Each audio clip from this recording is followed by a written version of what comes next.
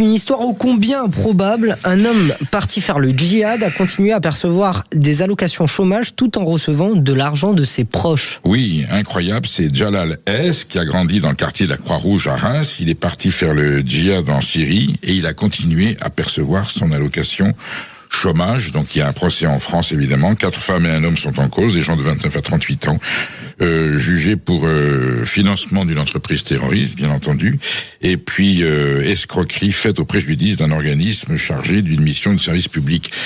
Ce sont des cas donc qu'on a souvent cités ici sur cette radio et sur d'autres médias. Voilà, qu'est-ce qu'on peut faire pour empêcher cette dilapidation, le pognon dingue dont parle le président de la République, 57% de prélèvements sociaux dans le budget de la France et une partie de cet argent qui va, je ne parle pas celui qui est dépensé pour rien en France ou qui va à des gens qui le méritent peut-être pas.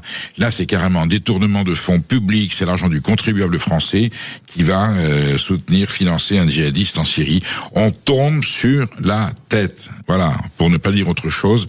Ça, plus ça, plus ça, ce pays est en déliquescence totale et les finances publiques qui pourtant sont surveillées pour certains parce que l'administration, elle vous surveille de très près, hein, quand vous avez trop perçu ou pas assez perçu, quelqu'un qui paye pas sa TVA et autres, là, la machine tombe, et là, il y a de l'argent qui part en Syrie pour financer un djihadiste.